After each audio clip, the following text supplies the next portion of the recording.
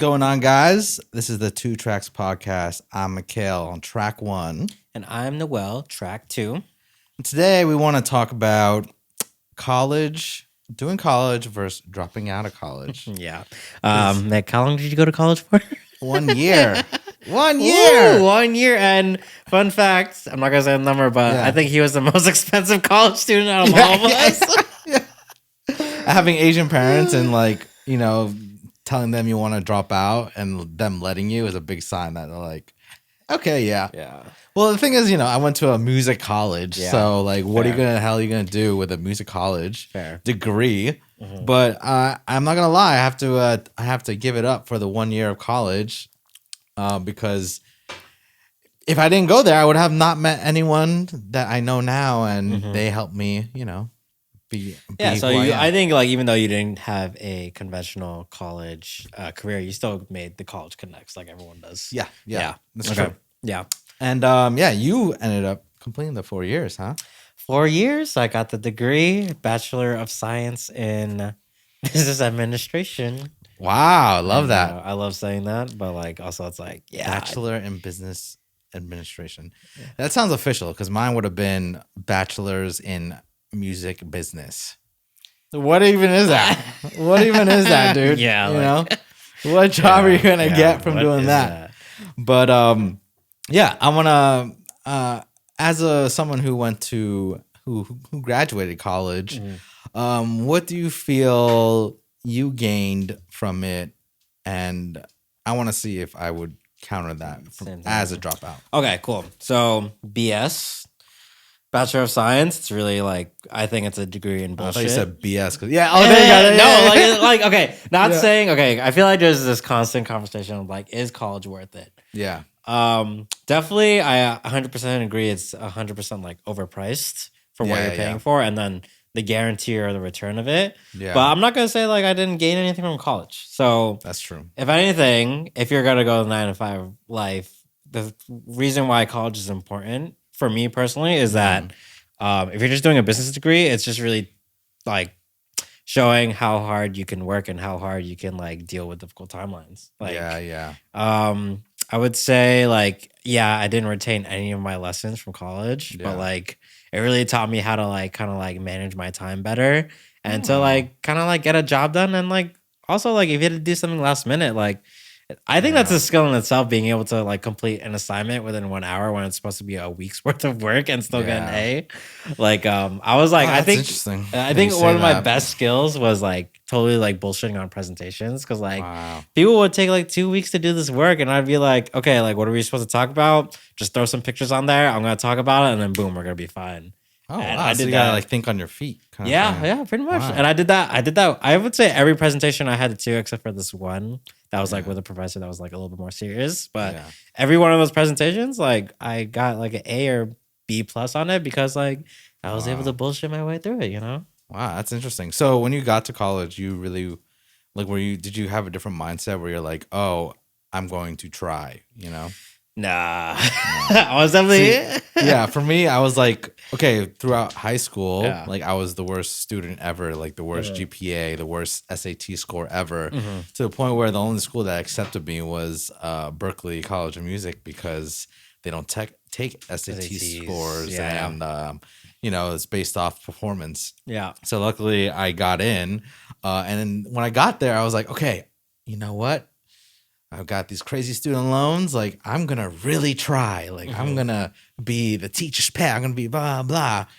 And then it all changed within a month, because John Mayer came and did a little Q&A thing. And then he was I love this story. Yeah. And then he was at the end, he did, one of the seniors asked the question. I was oh, so I'm about to graduate Berklee, and wondering how do we get into the industry? And he kind of shocked everyone, saying if you weren't doing it since the day you walked into Berklee, you're doing it all wrong, and I wish you luck. And then at the end of the day, he was talking about just work hard to drop out, to be able to drop out.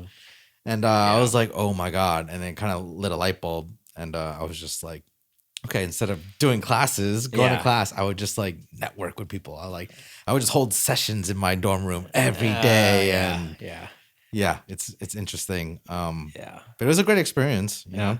That's dope that like he was kind of like brutally honest with you guys about that. Yeah, you could hear the whole auditorium go like, oh, and like the faculty is like, get this guy down. See, I feel like some of the faculty in maybe not in business school, because in business school you could like get a job. It's not that hard. But fun fact, before I was a business major, I was actually a history major my first year of college. Oh my God, I remember. Yeah. I remember that. You had your phases, you know? Yeah. You wanted to be in the army at one point. Yeah. Yeah, I wanted to be in the Marines. Yeah. Oh, I could not see that for you. No, I would not be. I would be so bad at it. I was just like thinking, like Call of Duty's mad cool. Like I should do it in real life. So like, let's try it out. No. Okay, so you went history and then you switched to business. Why?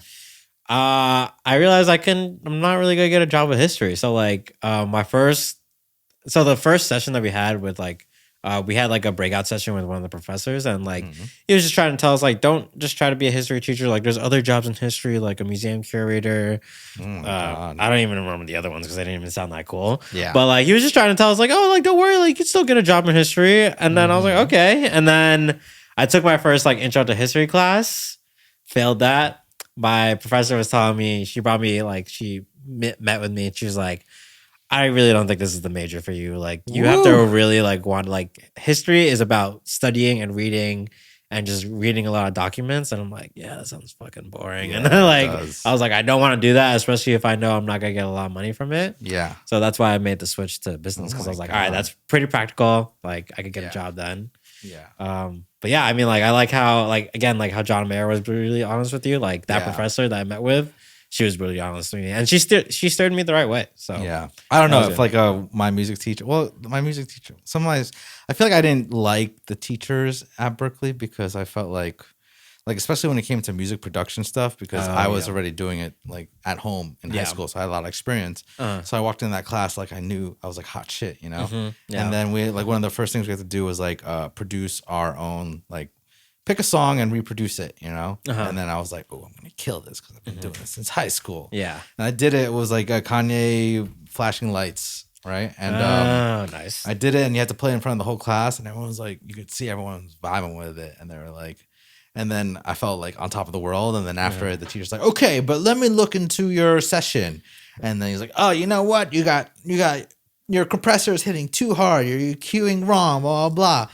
And then I knew from that day on, I was like, how are you going to tell me like what's right and wrong? But like, here you are, you know, you're I mean, it was like I was on some high horse thing, but there is a thing to that where it's like artist subjective. So I was like, I know at a certain point, like, I'm just using this place to network, you know? Yeah. That's good though. I mean, I did the same thing in college. Like, I think I really gained my networking skills there. Another fun fact. So I didn't get in. So technically I was taking business classes, but I never officially switched my major until literally the last year of senior year. And it was because my GPA was so low from all the history classes I took.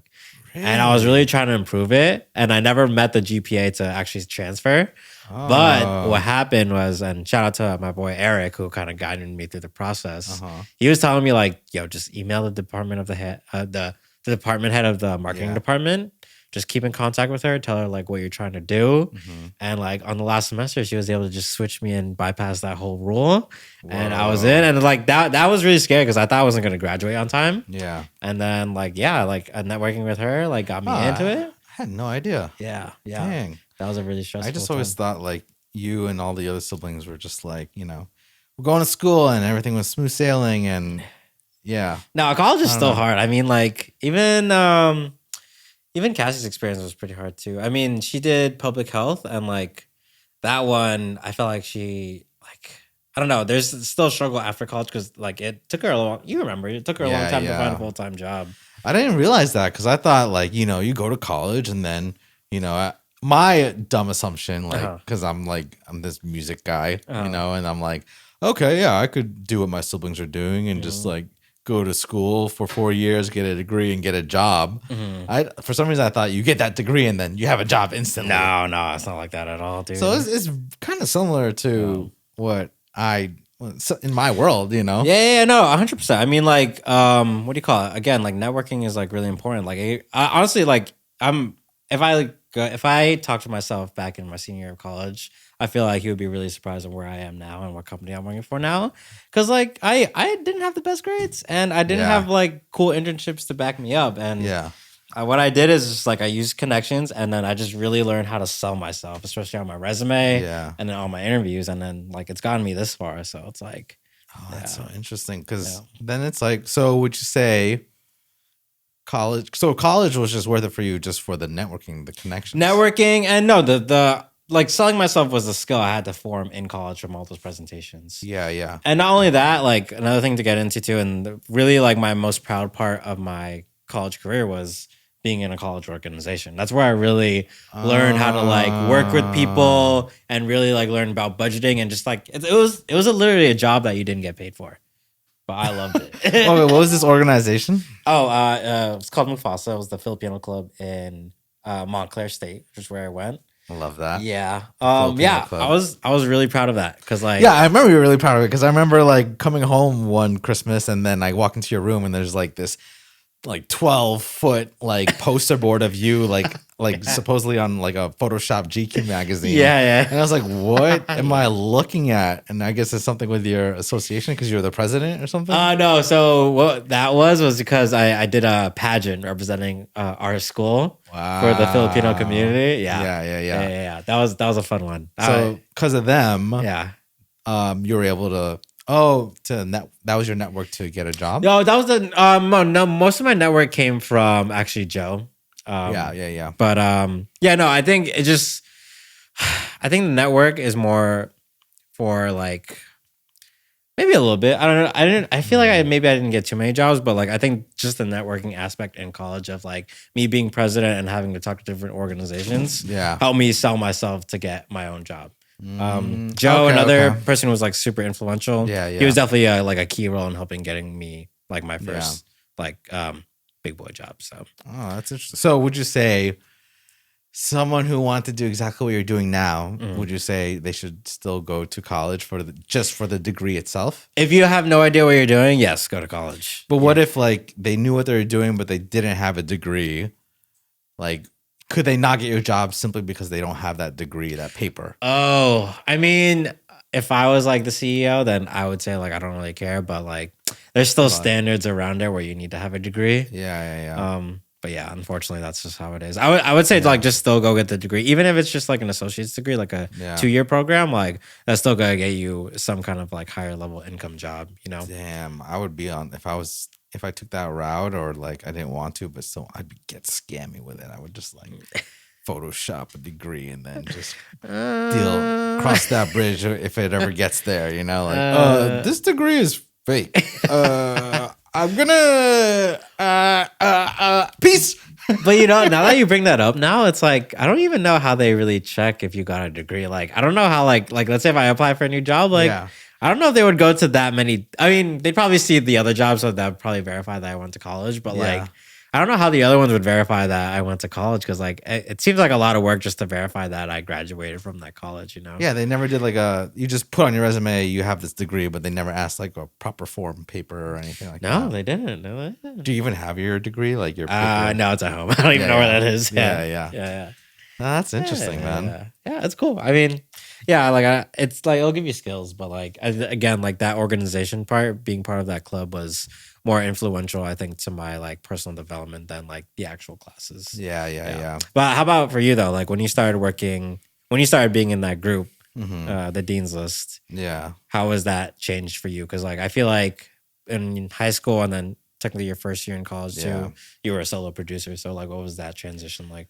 Yeah. So it was like, you know, once that whole John Mayer thing and was like, don't just focus on working towards getting out of Berkeley before you even graduate. I really took to that. So I was just like anyone I had met, like I would just like, let's do a session. Let's work, you know, and I wanted something till something like popped off somehow, some way, you know, and it could have been where it was like, I did that for 3 years and nothing happened and I moved back home and it's just like, I don't know. Yeah. But luckily, like, you know, one of the people I started working with is like this rapper and then this other DJ and we just had like a connection, right? And we just started making this music and we just released a mixtape, didn't do anything, but we still like making music together. Yeah. And I was still working with so many other people too, just like every day, just like, let's just make music, you know?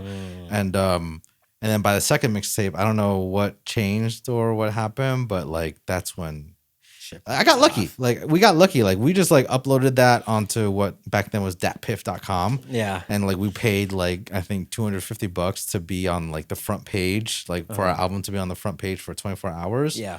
And then like I just remember like by the end of the week it had like so many plays and I knew it was something good was happening because like people from like high school would be like message me on Facebook and be like, dude, the album is so crazy. And like I was like, whoa, I've only said hi to you once in high school. Like, or like jocks that I went to school with, like, I can't wait to come to my college, bro. We're gonna party and stuff.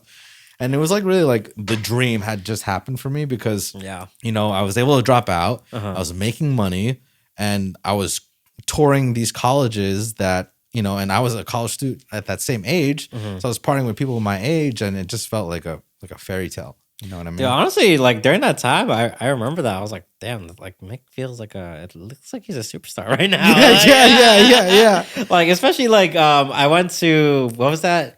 Was it Dew Fest or that one was crazy. I'm surprised I took you like we just it was like Mountain Dew Festival and then we were opening up for Kid Cudi. Like like what the hell? Dude, that was crazy because I remember me and Cassie were there and we were watching you and they're like, Cassie, people are singing along the words. I'm like, this is weird. Like I don't know how to react to this. Like I thought that it was just us listening, but no, like these people are listening too. Yeah.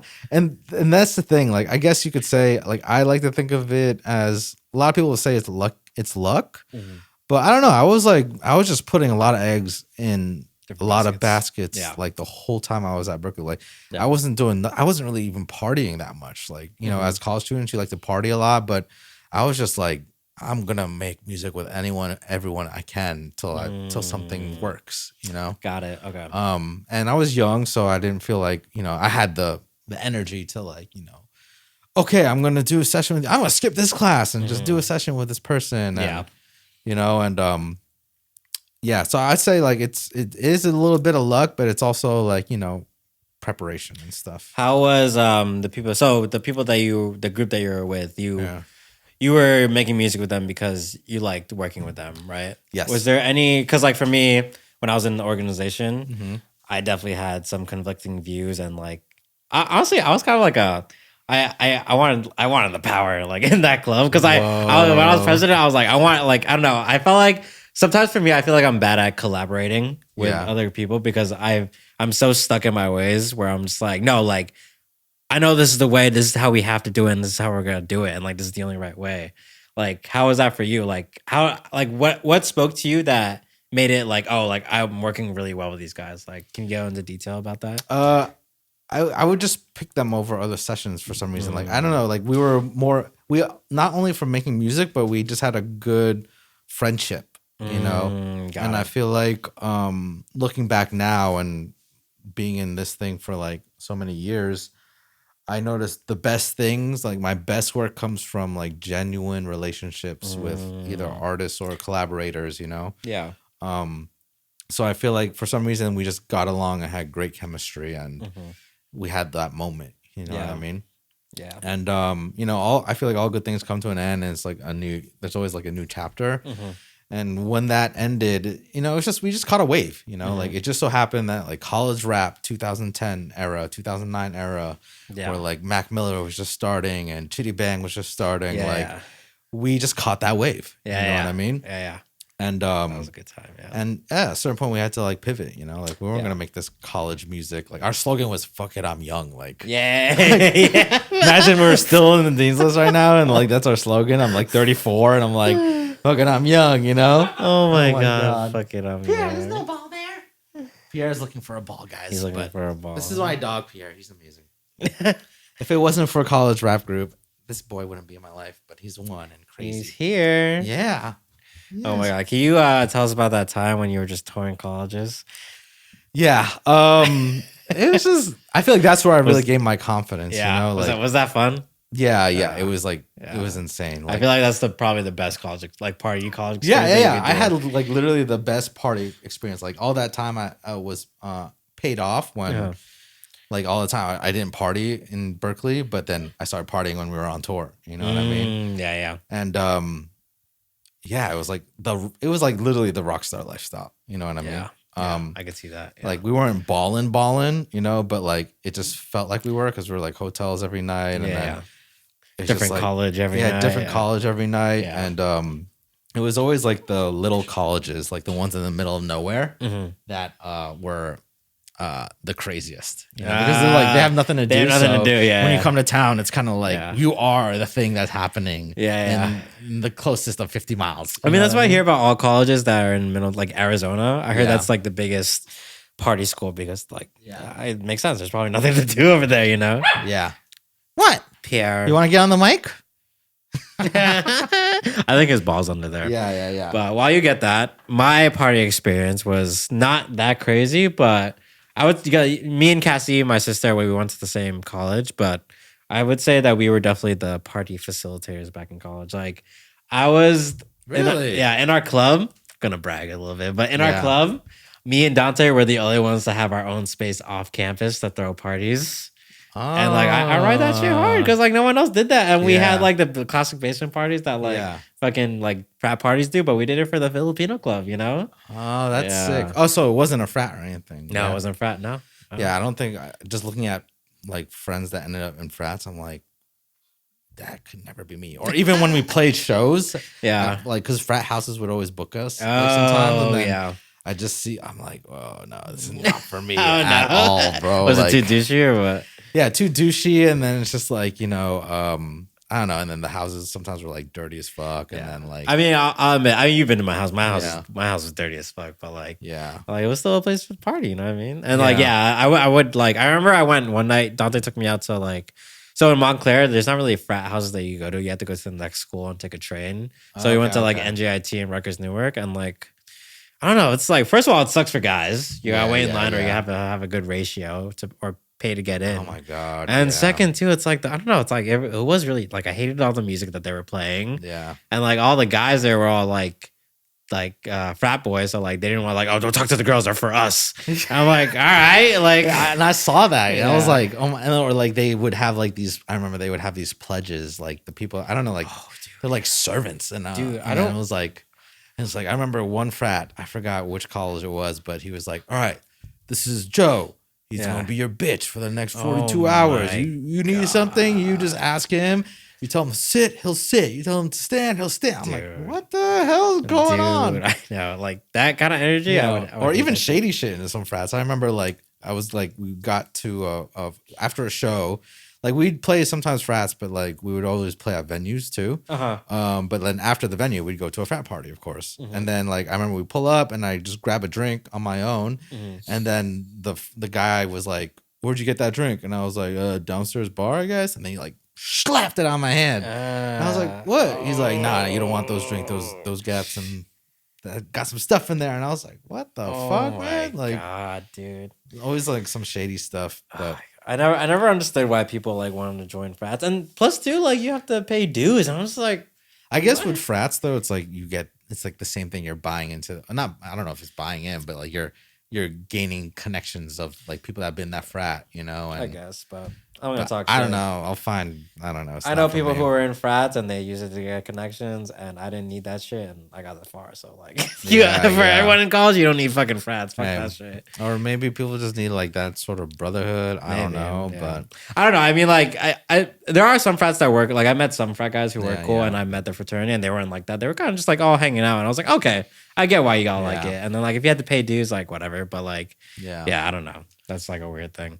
Yeah, but it's interesting though, because I feel like I had like the ultimate college experience from that thing, you know. But I feel like mine was like mid. It was like because it was a commuter college. Yeah. So like I felt like I was still like at home and I didn't really explore out. Like college was technically your first experience leaving home, right? Yeah. I wanted to go to a college. Well, Berkeley was literally the only school that accepted me to college. Right. So I feel like that's the only reason I like mom and dad like let me go because I was like, it's either that or like he doesn't go to college, you know?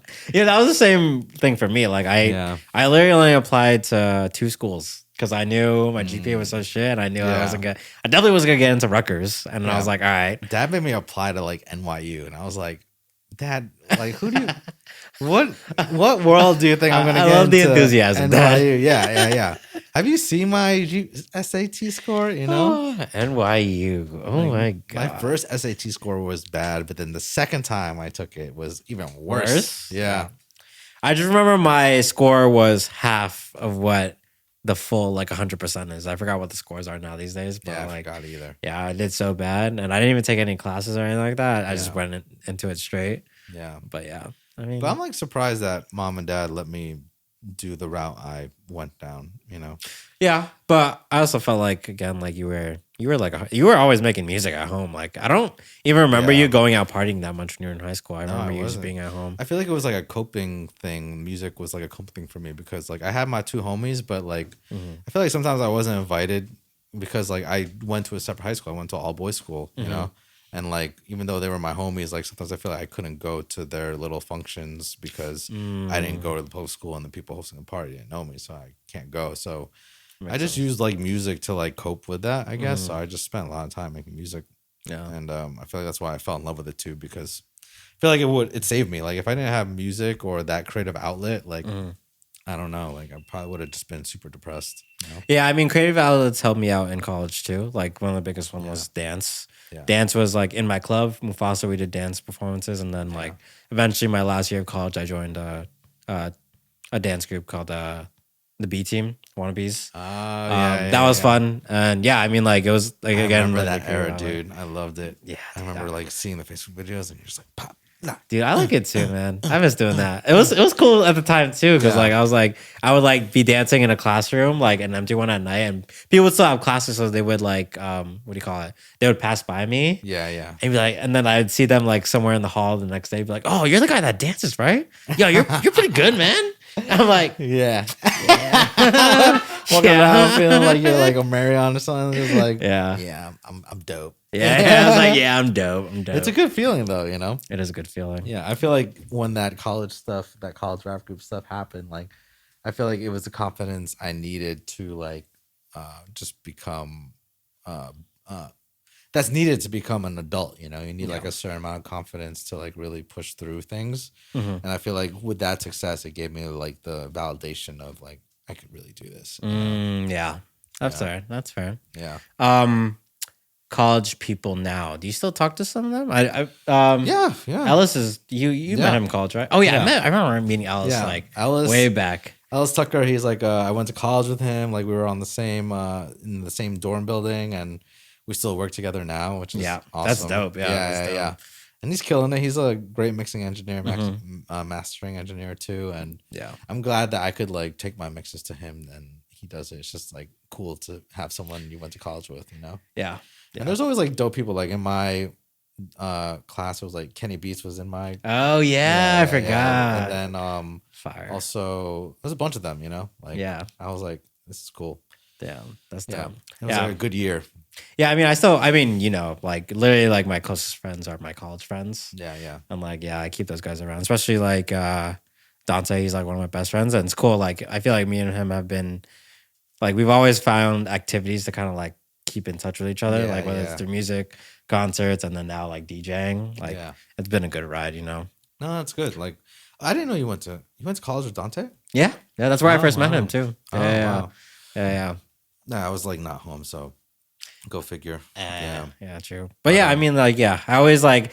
I remember when I first, like, after I graduated college, like, I thought it was gonna be like my worst time ever. Like, I thought life is just boring from now on. Oh, because you're moving back home and stuff. Yeah, moving back home. Yeah, I mean, like, I remember you talked about it earlier in one of the earlier episodes, but like moving back home after like living in Boston, like oh my god, dude. Yeah, like okay, from the college rap group, like we're living the life, you know. We're making money, but we're spending all of it. You know? It's like we had this high rise, like right in front of Fenway Park, and like we had a pool on our rooftop that looked into Fenway Park, and like we like the Red Sox players had an apartment there too because it's just so easy to get to the stadium from there. I remember that apartment. That apartment was so. You had a doorman too and everything. I was yeah. Y'all were ballers back then. Yeah, and then after when that dries up, you move back home. back to the room that you grew up in. Yeah. It's like, what's next? Mm-hmm. You know, like it was very depressing for me because I didn't know what was next. Next, you know? yeah, that's how I felt too. Because what do you call it? I didn't even move back into a room. I moved back into Rika's old room. Yeah. And it had like she you know how Cassie did the thing? She also did it, but with the city. So I just had that in the background, and then like these like pixel lights. I was like, all right, this is really girly, but like let's hope I'm not gonna be here for long. And then I stayed there for like a year and a half. Yeah. But I think another thing that sucked was because like I was living at college on campus, and I would always see my friends like every day. It would just be a constant thing. And then when I moved back, you don't see them as much. And then what makes it even worse, my first job was near home, which is good, but it had cubicles, and I hate cubicles. Oh my god! And then they had the fluorescent lighting. Oh my god, dude! I couldn't never do that. I think I was losing my mind. I was like, oh my god, I can't do this. Like, I don't know how we're like, and I had barely anything to do either. It was like my first job, so it was like very easy stuff to do and not that much to do throughout the day. Yeah, and like I would try to find myself to keep myself busy, but like that definitely added to like the somewhat depression of like coming back from college and like coming back to like your hometown and just doing like a regular job. Yeah. But yeah, so like at the end of it, like I feel like if you're trying to do something like I'm doing, like music, arts, or whatever, I feel like no, you don't need to go to college for that at all. No, I definitely don't. And like if you still want to go to an art college of some sort just for the network, okay, that's fine. But you could also, you know, college is expensive, you know? Yeah. I'm fortunate enough that, you know, Asian parents, like they're gonna make sure you go to college because you need to go to college, you know? That's true. But I would say like if in another way is just like, you know, try to find a job in a city and then like whether it's like waiting tables, whatever. And, and then just something that just like keep rent going to pay the rent. Yeah. And then like, you know, just try to network into the community. You know? I feel like what a lot of people, like I even got this wrong, but what a lot of people get wrong when they graduate college or just post college or post like college year life is that they're supposed to be successful at that point, but you're not, you know? It's like I had friends who like took another 3 years to go back to school for nursing just so that they could like get a better job. And like they're getting paid a shit ton now. It's like, it doesn't really matter. Like there's gonna be some people who move faster, but like, I don't know, just like it's like I don't know. You just can't stress about it, and like everyone moves on their own timeline, you know. Yeah. No, I that's true. Wait, so you're saying like with nursing, like once you get that nursing degree, it doesn't mean you can. It's not. Is it easy to get a job, or it's still? No, it is easier to get a job. But I'm saying like for example, my friends, some of them when they graduated college, they did like a psychology degree or exercise science. And with those, like a lot of people do that because they're gonna go on to do another degree, like a master's. Yeah. But some of my friends, they didn't end up doing that. They kind of just like graduated with that. And I guess they didn't want to do like a master's or like continued higher education. Yeah. They're like, all right, let me just go back to school to do nursing, and then they did that instead. Wow. Yeah. That was always like my backup plan. Like every time I like in this whole business, I was like, all right, if all else fails, I'll just. I know I can move back home and I'll just become a nurse. Yeah. But luckily it hasn't happened. Or when I do feel like that, like something just falls from the sky where it's like, yeah. Just when I'm ready, losing hope, like something drops down. I'm like, whew, that's fair. That's fair. Yeah. But I think we turned out pretty good though. Yeah, we did. Yeah, we turned out excellent. So college or not, you know. It's all about how you finesse it, really. Yeah, all about finessing and just sell yourself, you know? And that's what you did. That's what I did. That's true. And that's how you become successful. But yeah. Yeah. All right. Well, that was our episode. I hope you guys enjoy, and then we'll see you for the next one for episode, 5? Yeah, 5. Let's go. Let's keep the train moving. Yeah.